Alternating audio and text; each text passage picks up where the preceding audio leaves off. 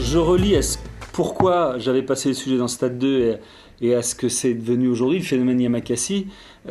Au départ, je trouvais que c'était un souffle nouveau, c'était un autre éclairage du sport. On lançait ça, c'était spectaculaire, mais en même temps on sentait qu'il y avait un grain de sérieux, de contrôle. À mon avis, ce qu'il y a de fondamental dans les sports urbains, c'est que c'est exactement la jonction, je parle de l'aspect ludique pour les enfants, c'est exactement la jonction entre les sports de compétition et l'aventure. Tous les gamins rêvent d'aventure. C'est pour ça qu'on joue aux cow-boys, aux indiens, etc. Et qu'on s'invente des pirates et des monstres et des machins, etc. Et ben, je trouve que voilà, le sport urbain, il est exactement au milieu du sport et de l'aventure. Et c'est pas pour rien qu'on en a fait un film.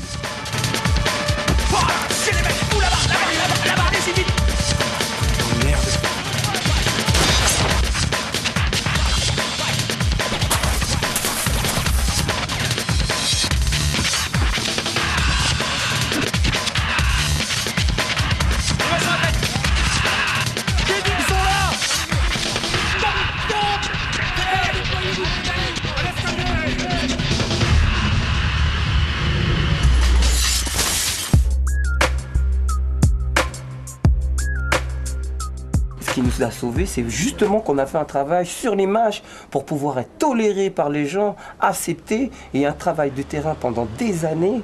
Au début, on courait jusqu'au moment qu'on décide, bon, on va pas se sauver, on va parler avec les gens, on va expliquer. Moi, je viens là en tant qu'effectivement spécialiste de l'image, mais l'image, finalement, c'est dérisoire par rapport à tout ce que vous avez en vous, quoi, je veux dire, et tout ce que vous représentez. Évidemment, pour que les gens vous voient, c'est bien l'image, parce que si c'est un spectacle dans la ville, il n'y aura que les quelques personnes qui seront là qui vous verront, donc avec l'image vous êtes vu dans le monde entier.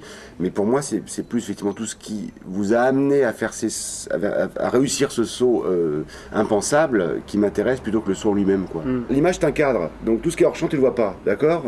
On s'intéresse qu'à ça, ou après quel que soit l'écran, mais en tout cas c'est un cadre. Tout ce qui est hors du cadre, donc au moins quand la réalité, tu regardes partout, je veux dire, tu vois les choses.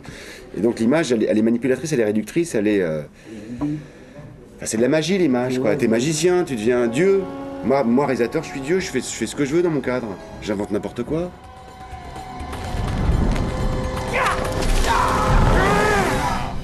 Attention! Hey!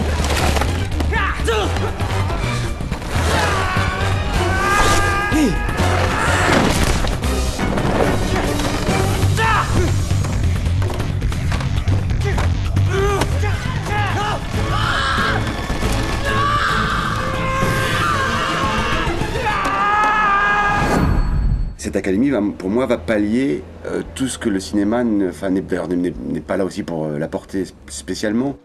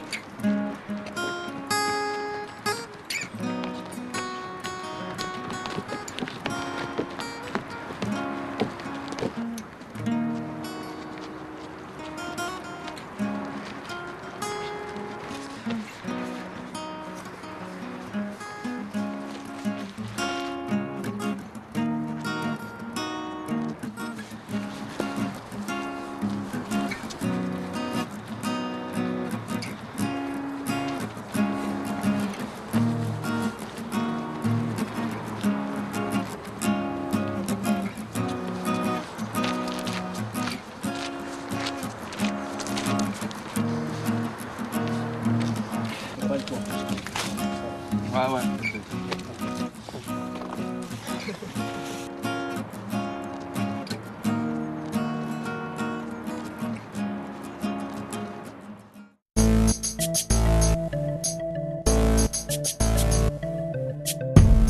Aujourd'hui, on se dit, bah, effectivement, c'est un sport qui est organisé, on voit bien le développement qu'il peut avoir. On voit bien comment ça peut occuper les gamins sur place qui n'ont pas toujours un terrain de foot avec des ballons, des filets, etc. ou des terrains de tennis ou ce qu'on veut. Là, au moins, ils ont une pratique sportive. Et on sait tous, parce qu'on aime tous le sport, on sait tous à quel point une pratique sportive, c'est la base des relations sociales, de l'insertion et de tout ce qui en découle.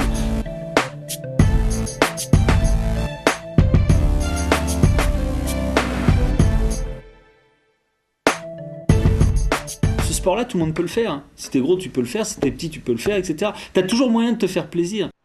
C'est un sport qui au départ part de la banlieue, mais c'est un sport qui visiblement est plaisant à faire, avant tout. Et un sport qui est ludique. Il est ludique pour tout le monde, pour les gosses qui habitent n'importe où, en banlieue et ailleurs. Et moi, je comprends parfaitement que les gens, que les citadins, les petits citadins parisiens ou même de province, soient un peu fascinés par ce phénomène, parce que c'est avant tout amusant, c'est ludique.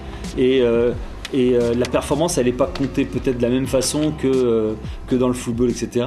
Mais on la sent. Je pense qu'ils sont plus imprégnés de leur propre performance que le fait de mener un 0 au score. Là, ça se dit pas comme ça, mais quelque part, l'acte sportif, il est aussi valorisant, quoi.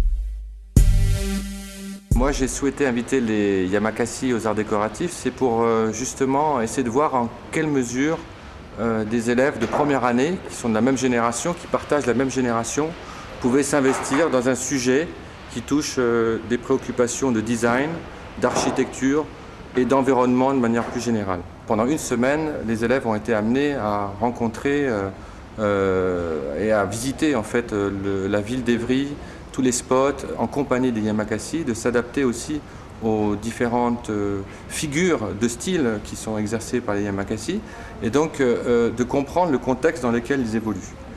Et de là sont venus un certain nombre de projets liés à la question d'un lieu de rencontre, d'un lieu d'exercice et un lieu également de diffusion du savoir, de transmission du savoir des Yamakasi.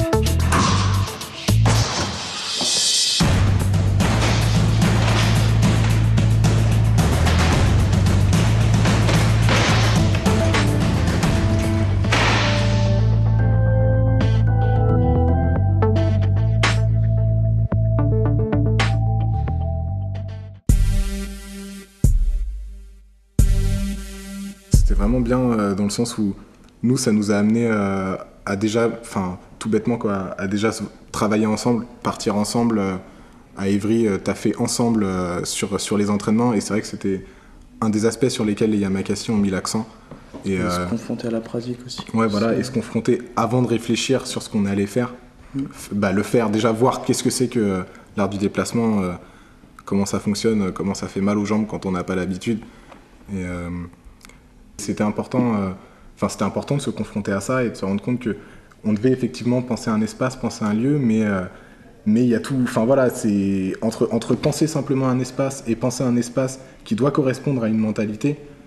Enfin voilà, moi je pense effectivement, je trouvais que c'était bien parce que ça se limitait pas seulement à une pratique physique.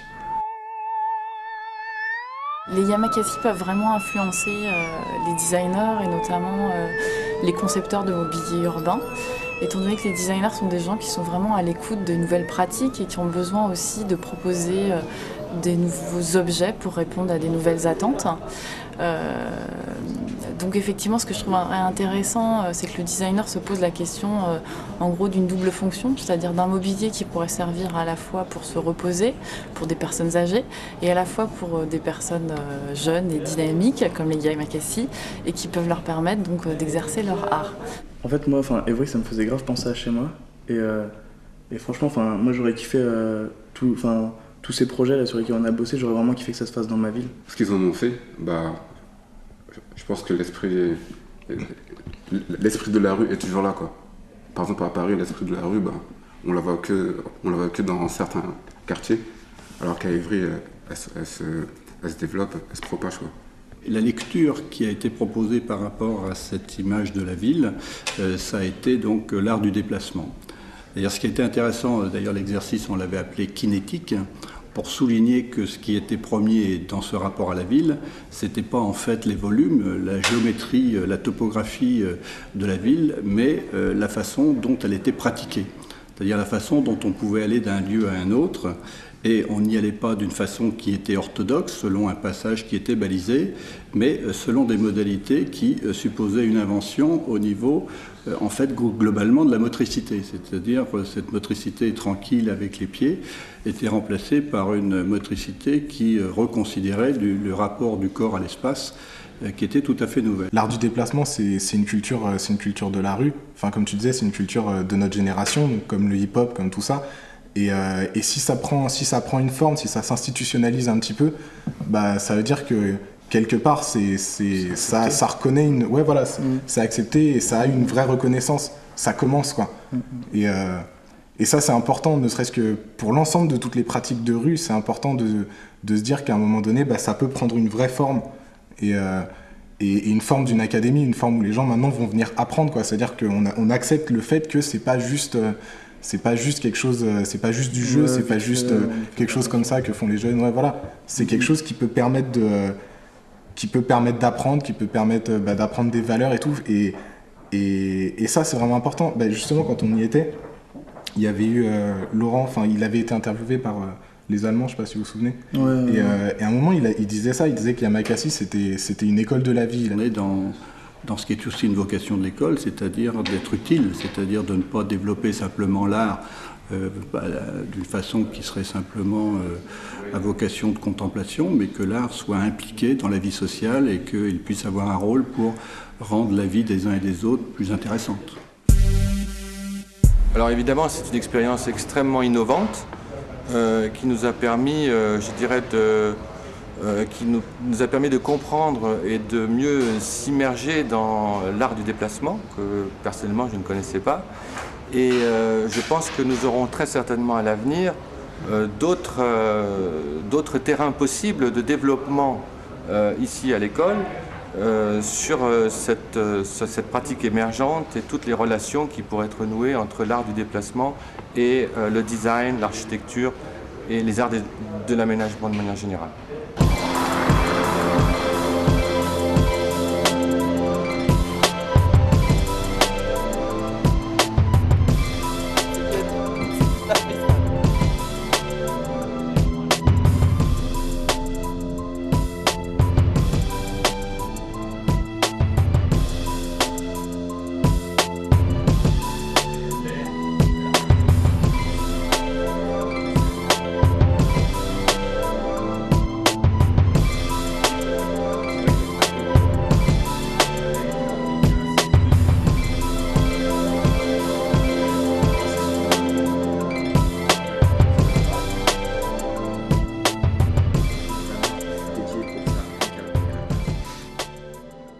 Évry est une ville jeune, est une ville où se jouent au fond les grands problèmes d'aujourd'hui et de demain. C'est une ville à un urbanisme moderne, contemporain, qui innove en permanence. C'est une ville multiculturelle. Et donc c'est assez naturellement que cette ville est en capacité, et fière surtout, de pouvoir accueillir cette académie vouée à l'art du déplacement. Les Yamakasi sont nés ici, ils veulent pérenniser cette pratique. Il faut que cette pratique soit capable de faire la synthèse entre la liberté, la sécurité, entre l'art et la pérennisation et le professionnalisme. Et donc je suis convaincu que dans cette ville est en train de naître un très beau projet qui va être un projet référent, pas seulement en France, mais en Europe et dans le monde, pour tous ceux qui aiment cet art du déplacement, cette capacité à bouger dans l'urbanisme moderne Et Évry est tout naturellement non seulement le berceau, mais l'avenir de l'art du déplacement.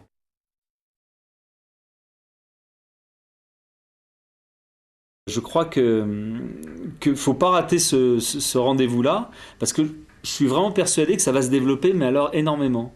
Énormément, parce que justement, au départ, c'est pas bidon.